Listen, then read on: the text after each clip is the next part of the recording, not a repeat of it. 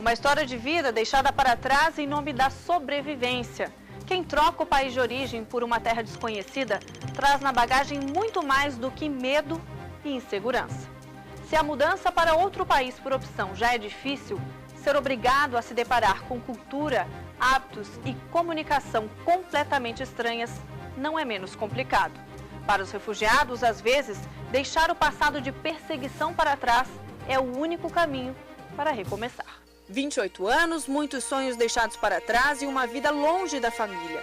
Há um ano, o paquistanês, que não pode ser identificado por questão de segurança, deixou quase 3 décadas de uma história do outro lado do mundo.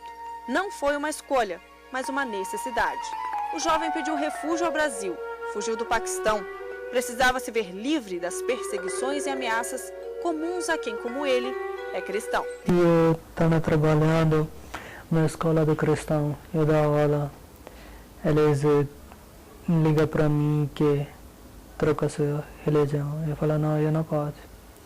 Depois ele briga com o cristão, ele queima casas, queima pesos. A polícia não registrou conhecimento. Eu corri no meu país, cidade no meu país, né? Parentes.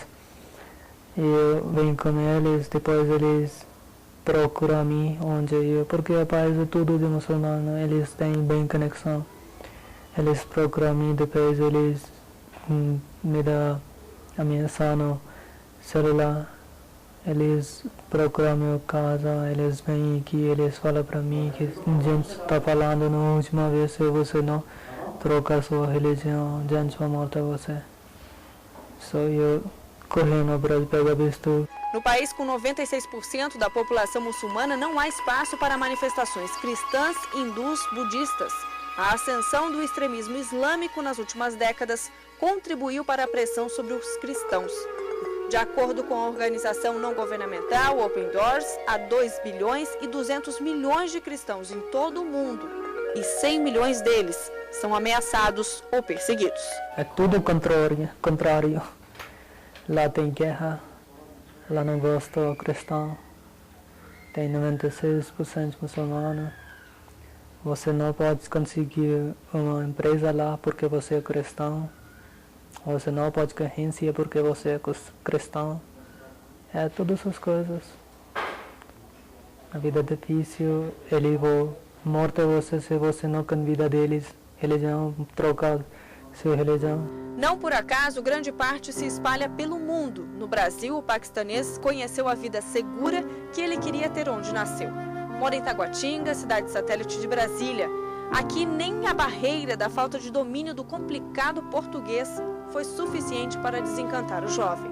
Na visão dele, a segurança, a liberdade de expressão e religiosa e as condições de vida são suficientes para uma vida boa. Porque o Brasil é país de cristão, é país de liberdade, é país de onde você,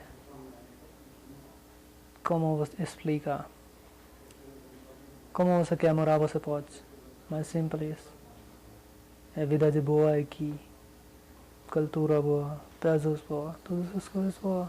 Também no Brasil, Lilian vislumbrou a possibilidade de manter a vida, preservar a família.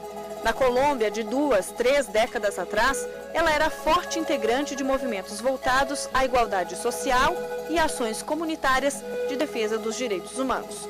Mas o sonho de igualdade custou a liberdade de expressão, sobrevivência, convívio familiar dela e de muitos integrantes que foram perseguidos. Sempre foram as ameaças muito fortes, por exemplo, de me chegar em minha casa, de eu chegar, acordar pela manhã, abrir a casa, apartamento onde eu morava. Sempre os últimos 3 anos tive que morar em prédios fechados, com segurança na portaria. E mesmo assim, de eu chegar, encontrar uma caixa, por exemplo, na portaria, e dentro da caixa, uma caixa com flores, por exemplo. Você ia falando, você está mais morta que viva.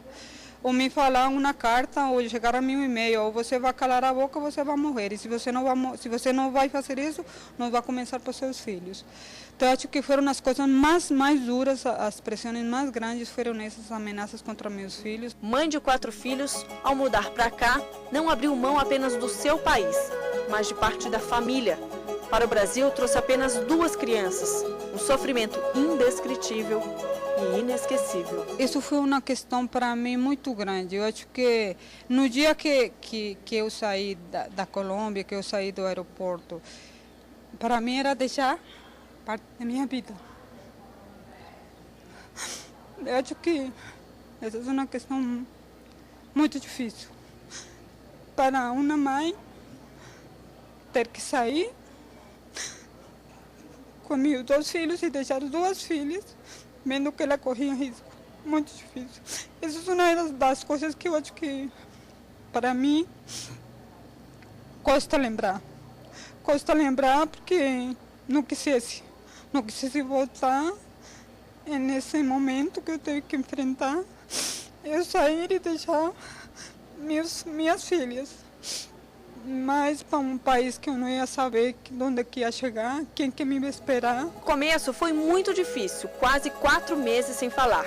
Não bastasse a quantidade de barreiras que a separavam de uma vida digna e tranquila, o preconceito foi grande. No Brasil, segundo ela, a figura do refugiado está geralmente associada a alguém que comete algo muito grave, e não aqueles que precisam de apoio, atenção e carinho. Quando nós apresentamos nossa identidade de refugiado, parece que nós estivéssemos fugindo de alguma coisa ou se nós fôssemos criminosos.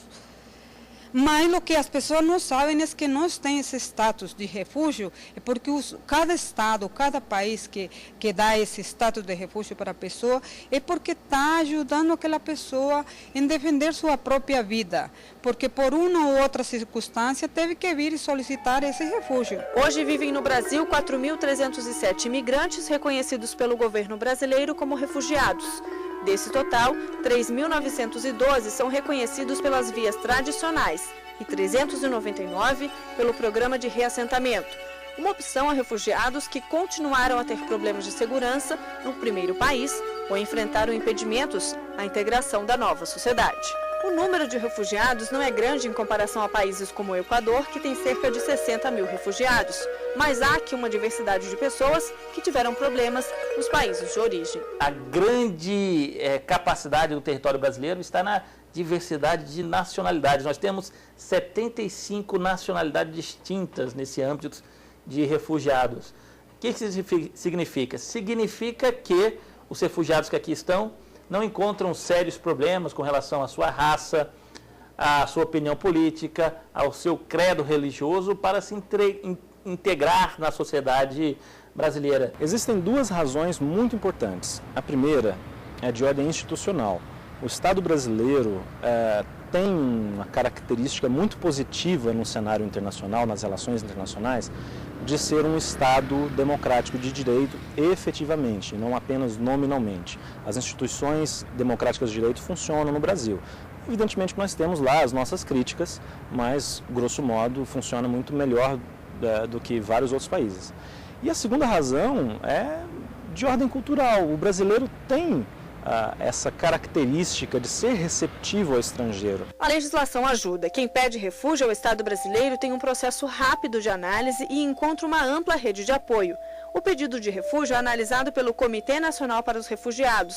Independentemente da fronteira escolhida para a chegada, seja terrestre, aérea, marítima, o primeiro contato é com a Polícia Federal. Os formulários e termos de declaração que precisam ser preenchidos são encaminhados ao CONAR em Brasília para avaliação e voto. No próximo bloco, a ajuda imprescindível de quem faz o primeiro contato com os refugiados. A gente mostra como funciona o encaminhamento de quem pede refúgio no Brasil. Encaminhe a sua sugestão para o programa. O endereço é repórter.justiçasemcedilha@stf.jus.br. A gente volta em instantes.